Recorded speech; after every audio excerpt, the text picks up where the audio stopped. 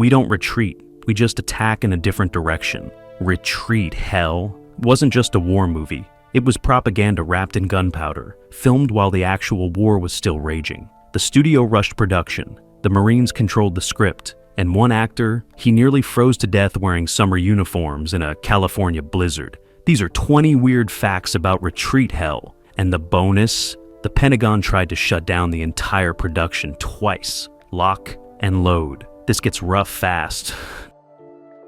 Number 1. Most war movies wait until the war is over. Not this one. When Warner Brothers greenlit Retreat, hell. In early 1952, American troops were still fighting in Korea. The armistice wouldn't come for another year. The studio saw dollar signs and patriotic fervor, but they also saw danger. Every script page had to be approved by military consultants. Every battle sequence needed Pentagon clearance, and the ending, it couldn't show defeat. The problem was, the real Battle of Chosin Reservoir that the film depicted ended with a brutal retreat, so the writers performed linguistic gymnastics, calling it a strategic withdrawal and attacking in another direction. The Marines loved it, the studio loved it. But director Joseph H. Lewis knew the truth. He was making a commercial in uniform, and the real war was being sanitized frame by frame. Still, cameras rolled because in 1952, questioning the mission wasn't an option. And Retreat, hell, became a recruitment tool disguised as entertainment, released while the fighting continued and body bags kept coming home. Number 2. Frank Lovejoy got the lead role by accident. The part of Captain Paul Hansen was originally written for a bigger star, someone with box office pull who could anchor the film. Warner Brothers wanted John Wayne, then Charlton Heston, then even considered Gregory Peck. All of them passed. They didn't want to touch a movie about a war that was still happening, one that might end in embarrassment before the film even hit theaters. So, the studio went down the list, name after name, until they landed on Lovejoy, a solid character actor who'd never carried a major film before. He was reliable, tough-looking, and crucially, available. Lovejoy didn't care about the politics. He needed the paycheck. His agent warned him the role could kill his career if the war went south. But Lovejoy signed anyway. He showed up to set, read the script once, and became Captain Hansen without hesitation. No rehearsal, no star demands.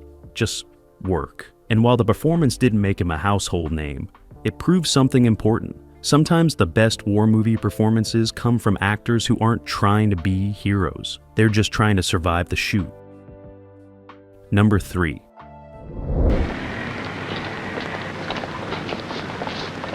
The Marines didn't just advise on the film, they practically directed it. Warner Brothers made a deal early in production.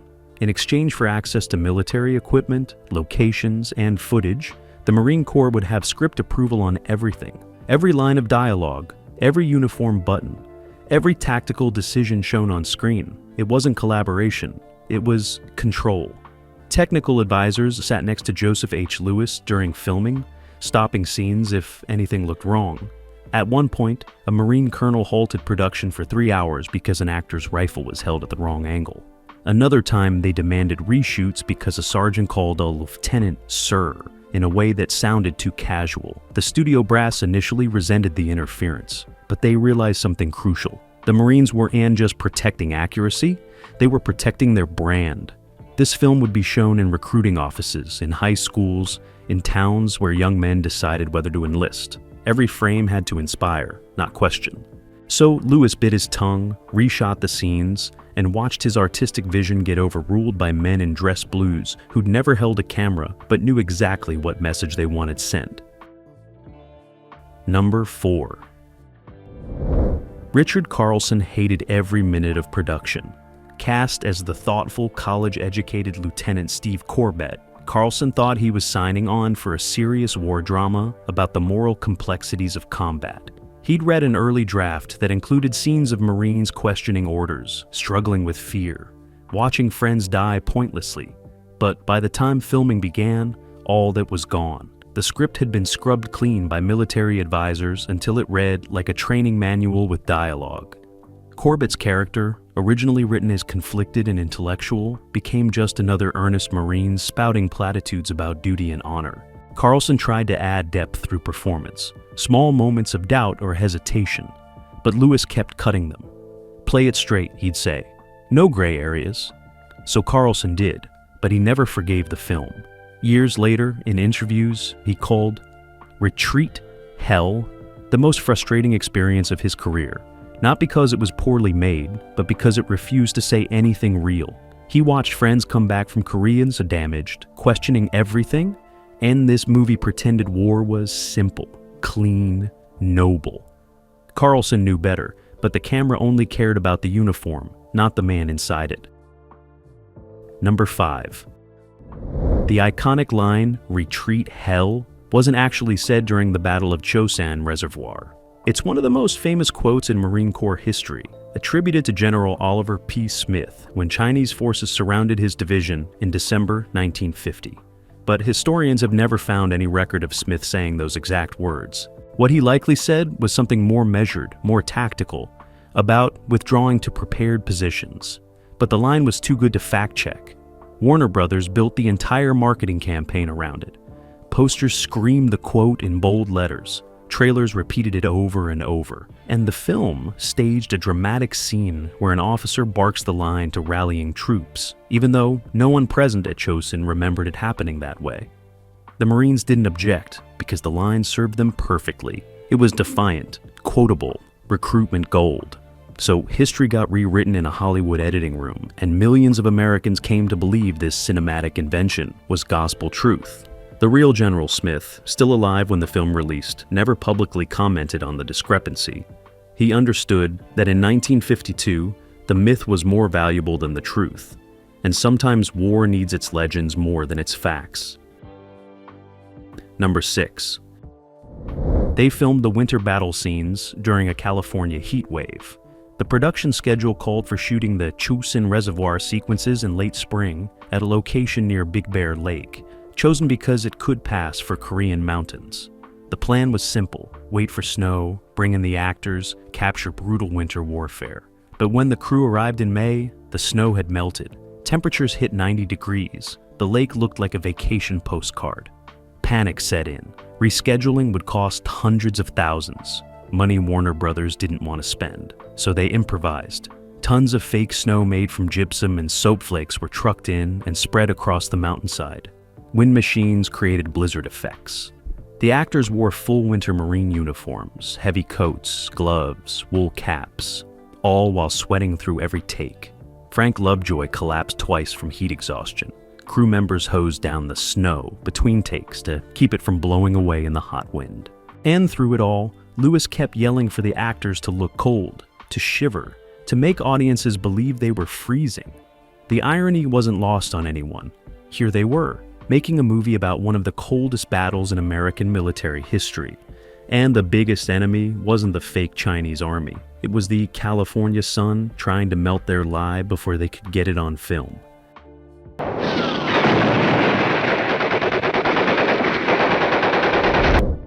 Number 7. The Chinese enemy soldiers were played almost entirely by Filipino and Japanese American actors. In 1952, Hollywood had no interest in cultural accuracy when it came to Asian faces. The casting director put out a call for anyone who looked Oriental, and hundreds showed up, most of them Filipino immigrants or Japanese Americans trying to rebuild their lives after internment. They were given minimal dialogue, taught to charge in waves, to fall dramatically when shot, to represent an endless faceless horde.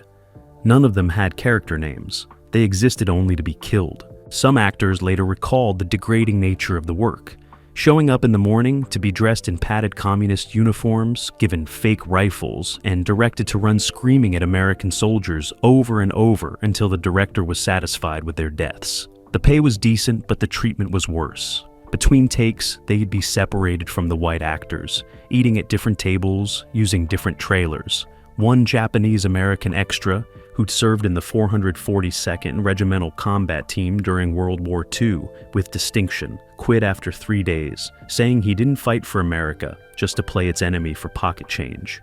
The studio didn't care. They replaced him immediately.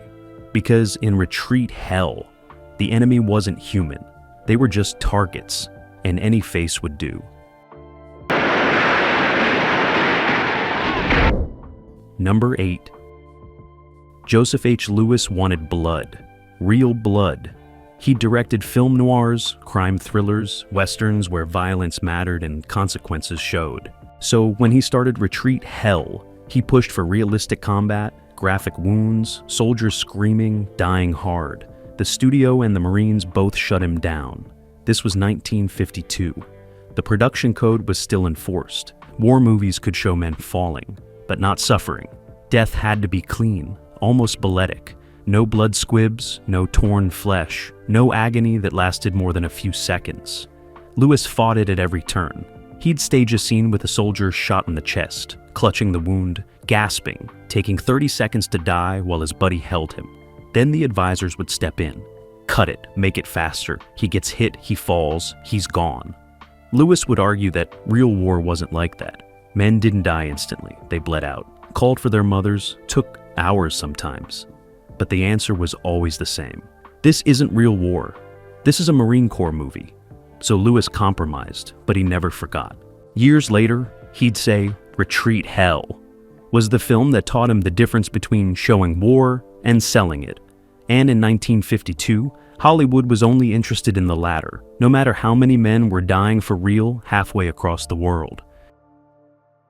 Number 9. The Battle of Chosin Reservoir sequence used actual combat footage mixed with stage scenes. Warner Brothers made another deal, this time with the Department of Defense, to access classified military film shot during the real battle in December 1950. Grainy, black and white, often out of focus, but undeniably real. Marines advancing through snow, artillery fire, Chinese positions getting bombed. The studio editor spliced this footage throughout the film, cutting between Hollywood extras and actual combat soldiers, and most audiences couldn't tell the difference. It was brilliant and dishonest. The real footage showed chaos, confusion, men who looked terrified. But placed between stage scenes of heroic Marines delivering stirring speeches, it all blended into a coherent narrative of American triumph. The soldiers in that real footage, if they survived and saw the movie, must have felt strange watching their actual terror transformed into propaganda. The studio never credited any of them. They became anonymous pieces of a larger machine, their real suffering edited down to fit between commercial breaks and rising music cues. And legally, the government owned the footage, so no one could object. The Battle of Chosin Reservoir happened, men died there, and then Hollywood bought their deaths wholesale, repackaged them, and sold them back to America as entertainment. That was 1952. That was the deal.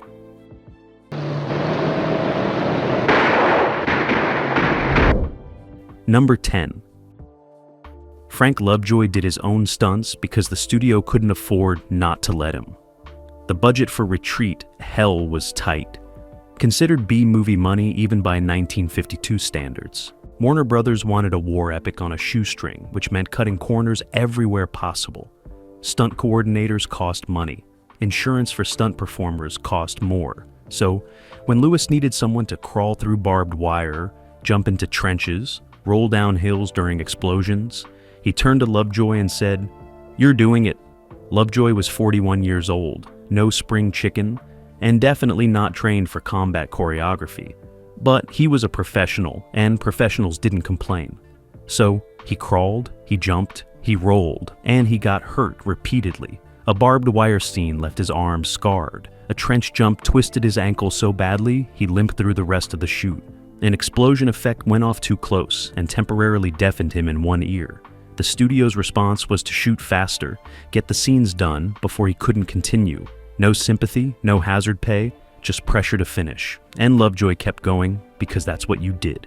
You signed a contract, you did the work, and if you broke yourself doing it, well, that was show business. Years later, he'd joke that surviving Retreat Hell felt more dangerous than actual combat might have been.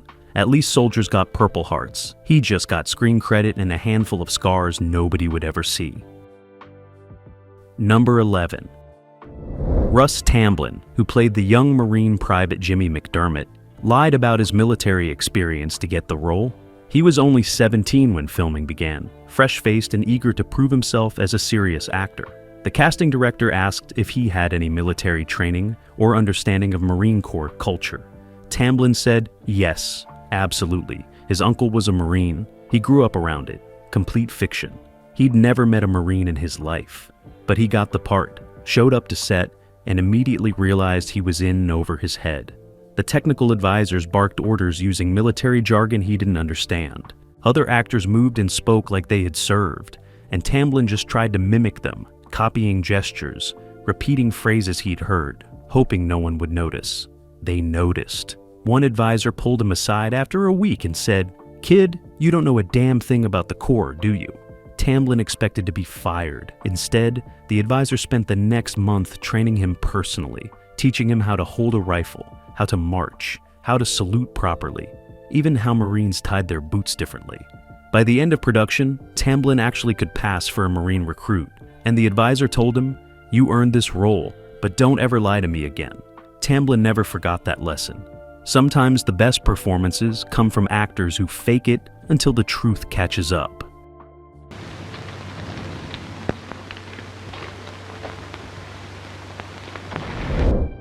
Number 12. The ammunition used on set was partially real, and it nearly killed someone. To save money on special effects, the prop department mixed blank rounds with live ammunition for certain scenes, believing they could control which weapons fired what. It was criminally negligent, but budget constraints made people reckless. During an intense firefight sequence, an actor fired what he thought was a blank at another performer standing 20 feet away. The round was live. It missed the actor's head by inches and embedded itself in a wooden prop wall behind him. Everyone froze. The scene stopped. And for several minutes, no one spoke as the reality of what almost happened sank in. The prop master was fired immediately, but the damage to morale was done. Actors refused to handle weapons for the rest of that day.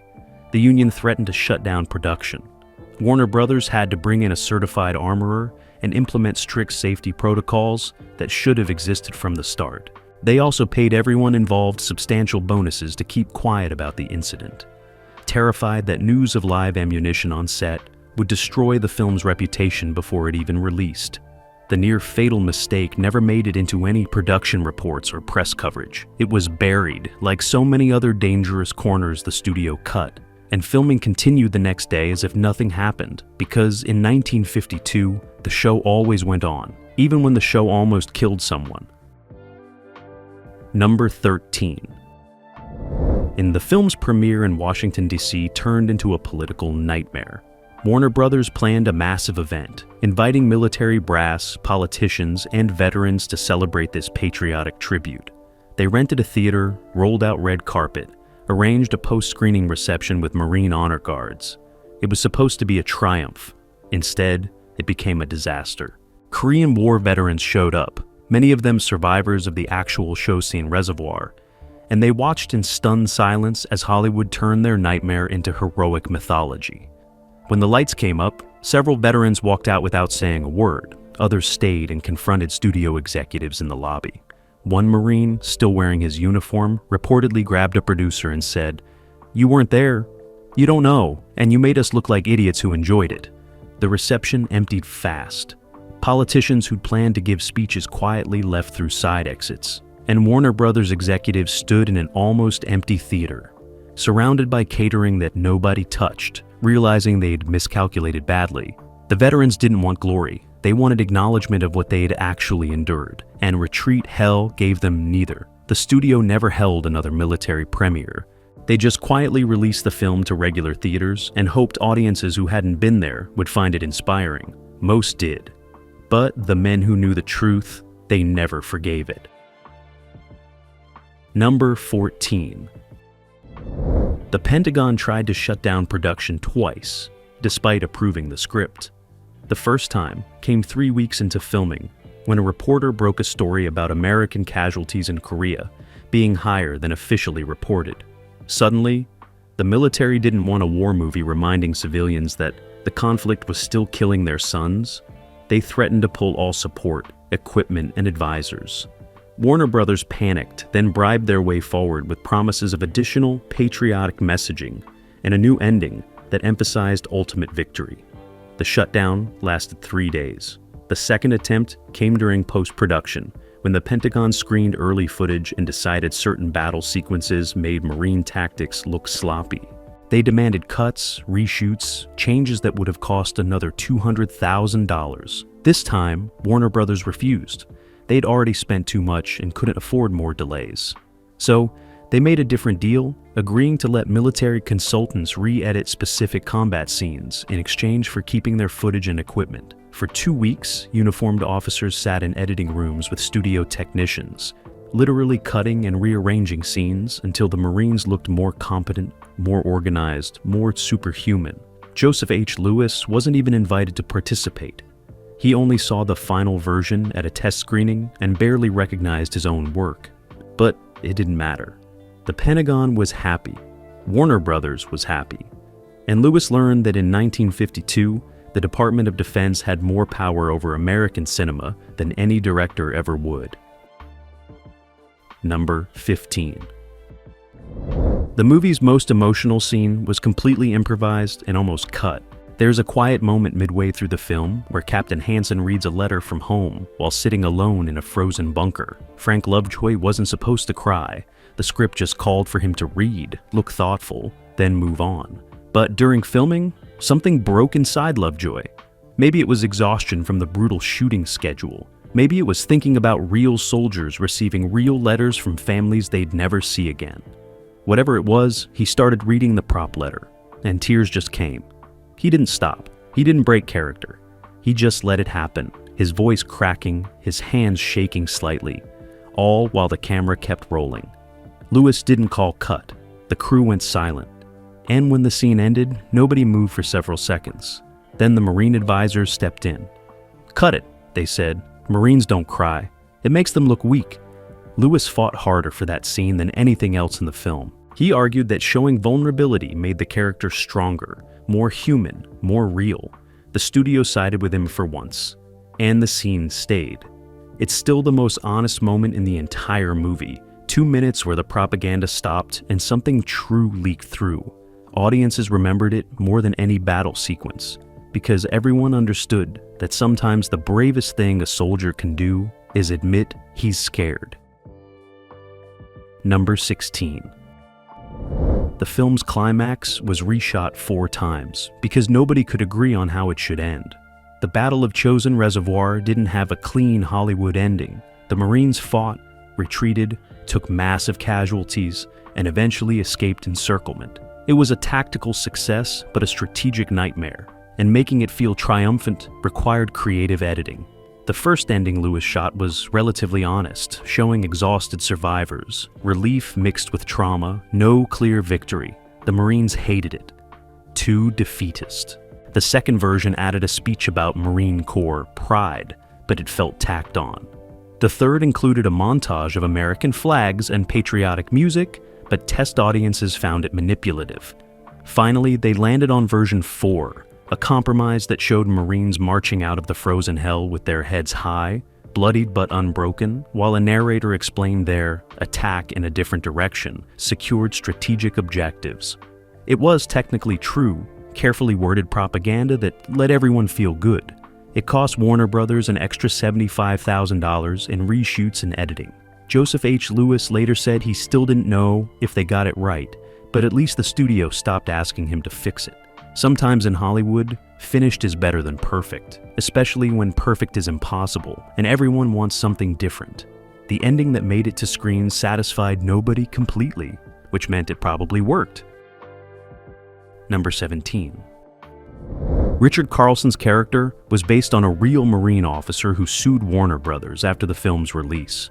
Lieutenant Colonel Raymond Davis had led a battalion during the Chosin Reservoir campaign, and later received the Medal of Honor for his actions. The studio borrowed details from his service record without permission, creating the character of Lieutenant Steve Corbett with similar background, tactics, and even physical appearance.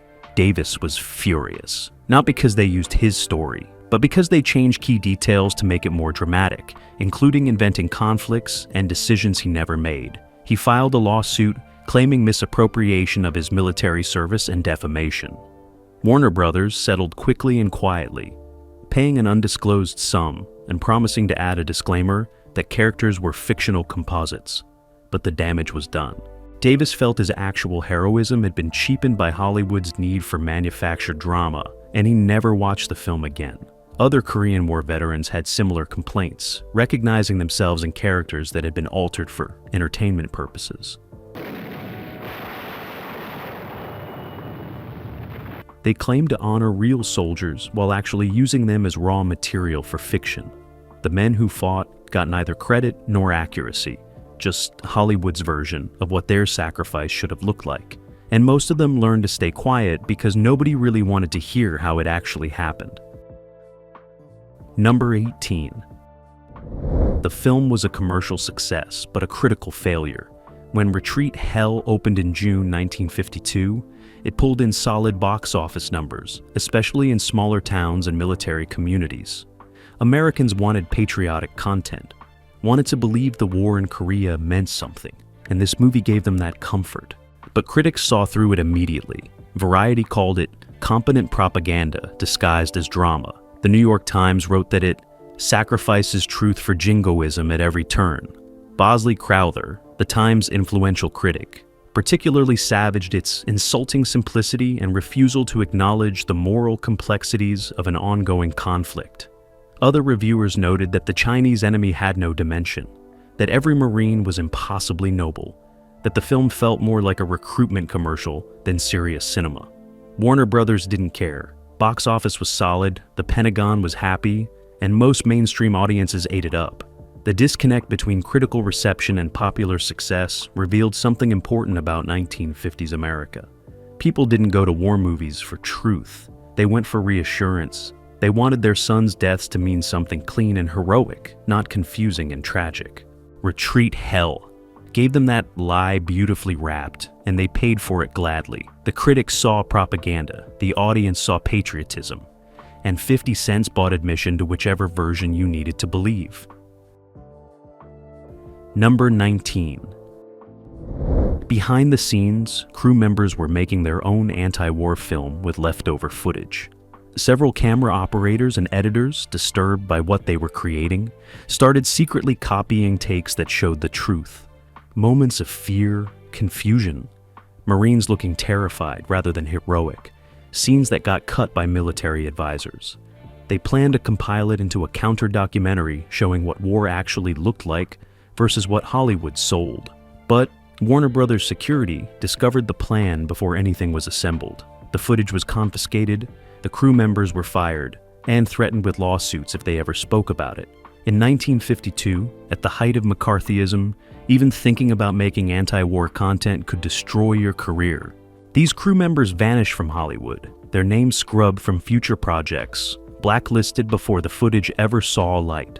The confiscated reels were supposedly destroyed, though rumors persisted for decades that they were locked in a Warner Brothers vault somewhere. If they still exist, they'd show the movie that Retreat Hell could have been an honest look at combat instead of a recruiting poster. But honesty wasn't profitable in 1952, and the men who tried to tell the truth paid for it with their livelihoods, while the sanitized version played in theaters nationwide.